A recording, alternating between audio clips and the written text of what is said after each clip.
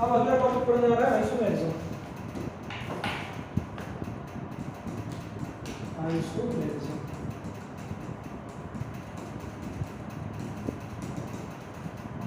Isomerism पढ़ने जा रहे हैं। तो आइसोमर क्या होते हैं? ऐसे कंपाउंड जिनका मॉलिक्यूलर फॉर्मूला तो सेम, जिनका मॉलिक्यूलर फॉर्मूला सेम हो लेकिन उनकी जो प्रॉपर्टीज है वो डिफरेंट हो। मॉलिक्यूलर फॉर्मूला सेम हो लेकिन प्रॉपर्टीज डिफरेंट हो, उनको हम बोलते हैं आइसोमर।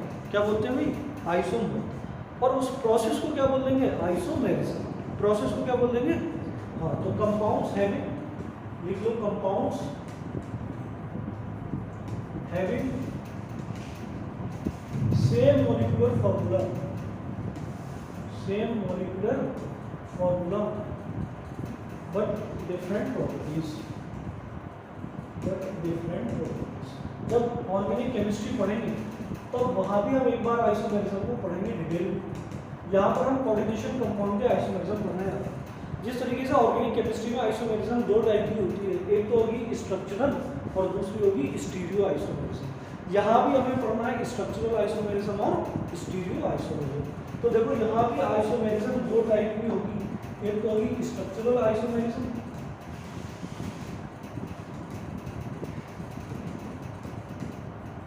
और दूसरी होगी स्टीरियो आइसोमेरिज्म।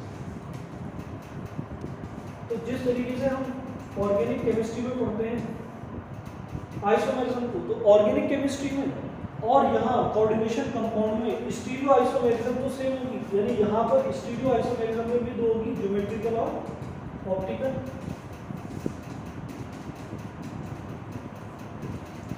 लेकिन यहाँ स्ट्रक्चरल आइसोमेरिज्म डिफरेंट है। स्ट्रक्चरल आइसोमेरिज्म डिफरेंट है। स्ट्रक्चरल आइसोमेरिज्म क्या होती है? The compounds, the isomerism in which compound have same molecular formula but different structure. Molecular formula same होगा लेकिन स्ट्रक्चर डिफरेंट होगा। बात समझ में आ रही? मॉलिक्यूलर फॉर्मूला इज सेम, अरे मॉलिक्यूलर फॉर्मूला तो सब में ही सेम होगा, is same but structure is different. यहाँ स्ट्रक्चर डिफरेंट होगा। अच्छा, यहाँ मॉलिक्यूलर फॉर्मूला भी सेम होगा लेकिन यहाँ पर special arrangement, molecular formula same लेकिन जो स्पेशल अरेंजमेंट है, स्पेस में जो मॉलिक्यूल्स का अरेंजमेंट है वो डिफरेंट हो जाएगा। यहाँ स्पेशल अरेंजमेंट डिफरेंट होगा, स्पेशल अरेंजमेंट इज डिफरेंट। और उसे हम दो तरीके से पढ़ेंगे, ज्योमेट्रिकल और ऑप्टिकल। अब इसके बाद सबसे पहले हम पढ़ेंगे structural isomerism. Structural isomerism, structural isomerism में क्या होगा? Compounds having same molecular formula but different structure, having same molecular formula but different structure. Structure यहाँ पे डिफरेंट हो जाएगा। अब हमें कई टाइप की स्ट्रक्चरल आइसोमेरिज्म पढ़ना है, कई टाइप की स्ट्रक्चरल आइसोमेरिज्म पढ़ना है।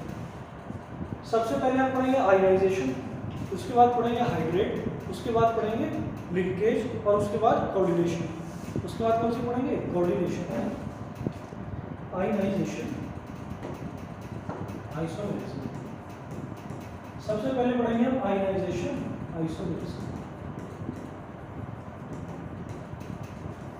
आयनाइजेशन आइसोमेरिज्म में क्या होगा कि जब तुम एक्व सॉल्यूशन में कॉम्प्लेक्स को डालोगे, एक्व सॉल्यूशन पानी में जब डालोगे, हाइड्रोलिसिस कराओगे तो अलग अलग आयंस मिलेंगे, अलग अलग दो कॉम्प्लेक्स जब तुम पानी में डालोगे तो वहां पर आयंस अलग अलग मिलेंगे, ठीक है ना। तो ये कब होती है? जब एक्सचेंज हो जाए किसका? आयंस का, between coordination sphere and ionization sphere. जब आयनाइजेशन स्फीयर और कोऑर्डिनेशन स्फीयर के बीच में आयंस का एक्सचेंज हो तब कौन सी आइसोमेरिज्म होती है? Ionization isomerism.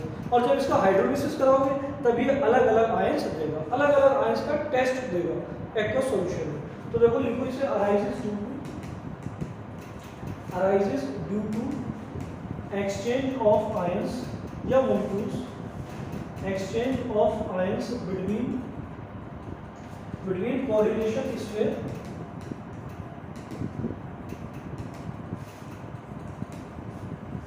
And ionisation. तो जब ये आयनाइजेशन आइसोमेरिज्म होगी तब डिफरेंट आयंस मिलेंगे एक्वस सॉल्यूशन को। Provide different ions in aqueous solution. अब इसका एग्जांपल देखो, इसका एग्जांपल है CuNH3 होल 5 BrSO और एक और कंपाउंड लिख रहा हूँ मैं CuNH3 होल 5 SO4 B। अब ये SO4 जो है वो फ्लेक्सिडेंटेड लिगेंड है। फ्लेक्सिडेंटेड का मतलब जो कभी कोऑर्डिनेशन नंबर 1 भी शो करता है और कभी कभी कोऑर्डिनेशन नंबर 2 भी शो करता है। तो ये सल्फेट 1 भी शो करता है और 2 भी शो करता है। तो अगर यहाँ 2 शो करेगा तो बताओ कोबाल्ट का यहाँ कोऑर्डिनेशन नंबर 6 होना चाहिए, तो यहाँ अमोनिया की 4 हो जाएगी। और अगर 1 शो करेगा तो यहाँ 5 और ये 1, ठीक है ना। अब तुम यहाँ ध्यान से देखो जरा, इस दोनों कॉम्प्लेक्स को ध्यान से देखो। बताओ ये दोनों आइसोमर हैं? हाँ बिल्कुल है। मॉलिक्यूलर फॉर्मूला दोनों में सेम है। देखो दोनों का मॉलिक्यूलर फॉर्मूला कैसा है? सेम। मॉलिक्यूलर फॉर्मूला सेम है ना। लेकिन जब तुम इसे पानी में डालोगे, एक्वस सॉल्यूशन में जब तुम इसे डालोगे तो बताओ यहाँ से आयनाइजेशन होगा, यहाँ से आयनाइजेशन होगा, और एक्वस सॉल्यूशन में तुम्हें एक तो कॉम्प्लेक्स कैटायन मिलेगा और इस पे चार्ज कितना होगा? इस पे चार्ज होगा प्लस का, ठीक है ना। और सल्फेट मिलेगा साथ में जिस पे चार्ज होगा माइनस का। और अगर इस वाले सॉल्यूशन को, इस वाले कॉम्प्लेक्स को अगर तुम एक्वस सॉल्यूशन में डालोगे तो देखो यहाँ क्या मिलेगा? CuNH3 का होल 5 SO4 और बाहर इस पे चार्ज कितना होगा? और इस पे चार्ज होगा +1 और यहाँ चार्ज होगा Br-, ठीक है ना। बोलो अब अगर तुम यहाँ पर तुम अगर BaCl2 मिलाओगे तो ये मिलेगा BaSO4 यानी व्हाइट प्रेसिपिटेट मिल जाएगा, व्हाइट पीपीटी मिलेगा। और अगर तुमने यहाँ पर BaSO4 मिलाया, बोलो यहाँ पर अगर तुमने BaSO4 मिलाया तो यहाँ व्हाइट प्रेसिपिटेट नहीं मिलेगा, क्योंकि सल्फेट तो कॉम्प्लेक्स के अंदर है, कोऑर्डिनेशन स्फीयर के अंदर है सल्फेट। तो बताओ क्या ये BaCl2 के साथ रिएक्ट करेगा? नहीं करेगा। लेकिन अगर तुमने यहाँ पर रिएक्शन इसकी कराई AgNO3 से तो बताओ AgBr मिलेगा, और AgBr जो मिलेगा वो येलो प्रेसिपिटेट होगा। तो हमारे पास अगर दो कॉम्प्लेक्स है, दोनों आइसोमर हैं और हमें पता करना है कि ये आइसोमर है या नहीं, तो देखो हम उसको ऐसे ही करेंगे। एक्वस सॉल्यूशन पे उससे रिएक्शन कराएंगे, पानी में मिलाएंगे उसे। जब पानी में मिलाएंगे तो ये टूटेगा। सल्फेट अगर BaCl2 के साथ BaSO4 बना ले, व्हाइट पीपीटी बना ले, इसका मतलब यहाँ बाहर क्या होगा? सल्फेट। और अगर AgNO3 के साथ मिलकर AgBr येलो पीपीटी आए, इसका मतलब बाहर क्या है? ब्रोमीन। बात समझ में आई? अब इन दोनों का मॉलिक्यूलर फॉर्मूला सेम है, लेकिन देखो जब ये पानी में डाल रहे हैं तो अलग अलग आयंस दे रहे हैं। एक तो सल्फेट आयंस दे रहा है, दूसरा ब्रोमाइड आयंस दे रहा है, बोलो। और दोनों अलग अलग टेस्ट भी दे रहे हैं। बात समझ में आ गई?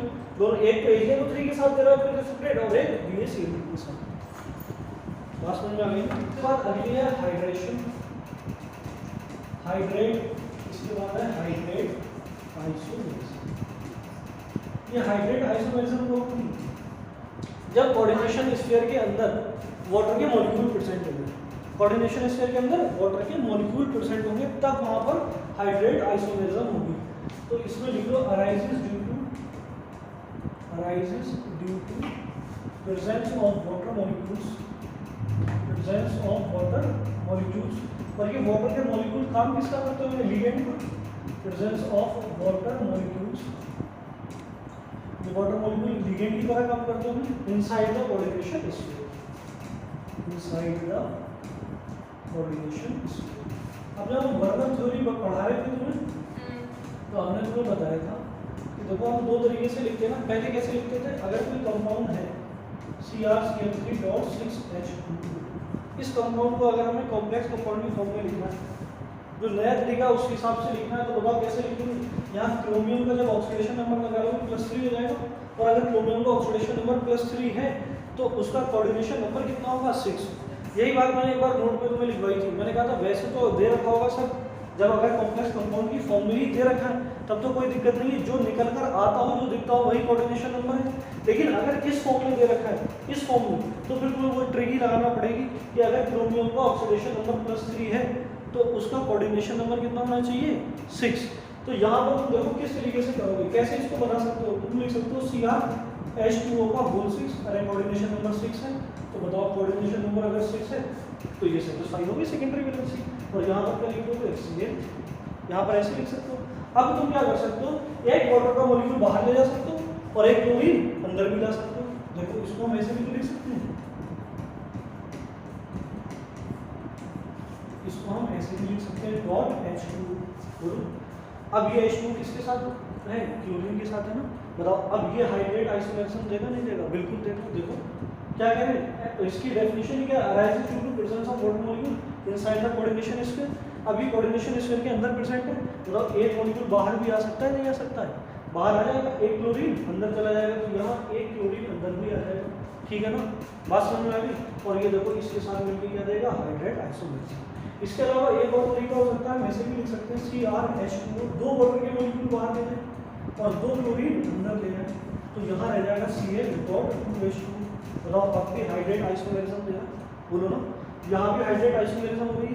इसको एक और तरीके से हम लिख सकते हैं CrH2 का होल थ्राइस, और इस बार तीनों क्लोरीन बाहर है और फिर बाहर क्या आएगा H2, ठीक है ना, बोलो। एक ये भी तो तरीका है, यहाँ कोऑर्डिनेशन नंबर 6 हो गया, कोऑर्डिनेशन नंबर 6 हो गया तो सेकेंडरी वैलेंसी सेटिस्फाई होगी। लेकिन ये एग्जिस्ट नहीं करेगा क्योंकि वाटर को कोई ना कोई चाहिए उससे लिंक होने के लिए, यहाँ पानी अकेले एग्जिस्ट नहीं करेगा। बात समझ में आ रही, कोऑर्डिनेशन स्फीयर के बाहर कभी भी वाटर अकेले एग्जिस्ट नहीं करेगा, कोई ना कोई साथ देने के लिए होना चाहिए। तो देखो इस वाले कंपाउंड में Cl2 था, उसके साथ वाटर का मॉलिक्यूल ऐड हुआ था, यहाँ Cl था, वाटर का मॉलिक्यूल ऐड हुआ था, लेकिन यहाँ पर कोई भी नहीं है, तीन बाहर निकालने पड़ेंगे ना H2, तो यहाँ कोई भी नहीं है, इसका मतलब ये मॉलिक्यूल एग्जिस्ट नहीं करेगा।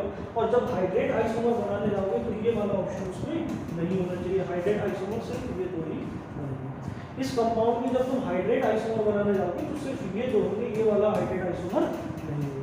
जब बात समझ में आ गई, तुम देखो चेक करो, यहाँ मॉलिक्यूलर फॉर्मूला सेम है लेकिन स्ट्रक्चर डिफरेंट आ रहा है ना, यहाँ पर भी मॉलिक्यूलर फॉर्मूला सेम है, स्ट्रक्चर डिफरेंट है, लेकिन ये कॉम्प्लेक्स एग्जिस्ट ही नहीं करेगा, और अगर एग्जिस्ट नहीं करेगा तो आइसोमर कहाँ से होगा। जब बात समझ में आ गई है। इसके बाद हम पढ़ेंगे लिंकेज आइसोमेरिज्म, तीसरे नंबर पर है लिंकेज आइसोमेरिज्म। लिंकेज आइसोमेरिज्म तब होगी जब कॉम्प्लेक्स में कोई भी एम्बिडेंटेड लिगेंड प्रेजेंट है। कॉम्प्लेक्स में एम्बिडेंटेड लिगेंड प्रेजेंट है तो लिंकेज आइसोमेरिज्म होगी। बात समझ में आ रही, तो इसको लिख लो arises due to presence of, arises due to presence of ambidentate ligand,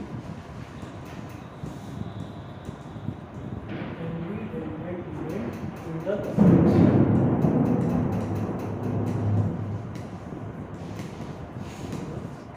ये दोनों एम्बिडेंटेड लिगेंड के लिए एग्जांपल है। तो जिस कॉम्प्लेक्स में भी ये एम्बिडेंटेड लिगेंड प्रेजेंट होंगे वहां पर लिंकेज आइसोमेरिज्म प्रेजेंट होगा। फॉर एग्जांपल देखो CONH3O5 NO3 CN, तुम देखो यहाँ पर NO3 प्रेजेंट है, बताओ ये एम्बिडेंटेड लिगेंड है या नहीं है, ये एम्बिडेंटेड लिगेंड नहीं है, NO2 माइनस एम्बिडेंटेड लिगेंड होता। तो यहाँ तुम जो है गलती मत करते ना, NO3 को एम्बिडेंटेड मत समझ लेना, NO2 माइनस एम्बिडेंटेड होता है ना कि NO3, तो यहाँ पर लिंकेज आइसोमेरिज्म नहीं होती। फिर कहाँ होगी, देखो एग्जांपल समझो, CONH3O5 NO और Cl NO2 Cl, बताओ यहाँ पर एम्बिडेंटेड लिगेंड है नहीं, हाँ है, एम्बिडेंटेड लिगेंड प्रेजेंट है। तो अगर एम्बिडेंटेड लिगेंड प्रेजेंट है तो बताओ ये लिंकेज आइसोमेरिज्म शो करेगा, तो इसका आइसोमर कैसे बनेंगे, CONH3 का होल 5 और यहाँ पर क्या हो जाएगा ON, सही है ना। NO2 मतलब नाइट्राइटो N, जबकि डोनर साइड कौन सी हो, नाइट्रोजन, तब हम बोलते हैं नाइट्राइटो N, और जब डोनर साइड ऑक्सीजन हो, यहाँ पर डोनर साइड कौन सी होगी, ऑक्सीजन, तो हम बोल देते हैं नाइट्राइटो O। बात समझ में आ रही, और यहाँ पर भी Cl। अब बताओ ये दोनों आपस में लिंकेज आइसोमेरिज्म शो कर रहा है ना, ये लिंकेज आइसोमेरिज्म शो। इस क्वेश्चन को देखो, ये कॉम्प्लेक्स दे रखा है और पूछ रहा है इसमें कौन सी आइसोमेरिज्म है। तो अगर तुम्हें एम्बिडेंटेड लिगेंड दिख जाए, एम्बिडेंटेड लिगेंड दिख जाए, इसका मतलब ये है कि लिंकेज आइसोमेरिज्म तो होगी। तो यहाँ ये ऑप्शन तो ठीक है ही, लेकिन मैं ऑप्शन पहले चेक कर रहा हूँ, यहाँ एक ऑप्शन और का भी दे रखा, तो पहले सब कुछ चेक कर लूँ, उसके बाद बताओ आंसर क्या होगा, ठीक है ना। तो देखो अगर हम यहाँ पे लिंकेज आइसोमरिज्म शो कर रहे हैं तो बिल्कुल देखो इसका लिंकेज आइसोमर कैसे बनेगा, यहाँ पर 5H2 है, ये 5 हो जाएगा, ये हो जाएगा ONO, राइट O और बाहर को Cl2 है। तो ये तो इसने शो किया लिंकेज आइसोमरिज्म, हमने लिंकेज आइसोमर बनाया। अब हम देखें अगर हम NO2 को बाहर ले जाएं, Cl को अंदर ले आए, तो यहाँ पर आयनाइजेशन आइसोमरिज्म की शो होगी। देखो यहाँ देखो COH2O5 और Cl2 अंदर ले आए, NO2 बाहर, तो यहाँ पर कौन सी आइसोमरिज्म शो करेगा, ये शो करेगा आयनाइजेशन आइसोमरिज्म भी शो करेगा। अब अगर एक वाटर का मॉलिक्यूल बाहर ले जाए और एक Cl अंदर ले जाए तो हाइड्रेट आइसोमरिज्म भी शो करेगा। तो देखो यहाँ H2O4 हो जाएंगे, पहले से ही NO2 तो था ही था, साथ में एक Cl भी अंदर आ गया और बाहर क्या रहेगा, एक Cl और H2। अब ये क्या शो कर रहा है, हाइड्रेट आइसोमरिज्म।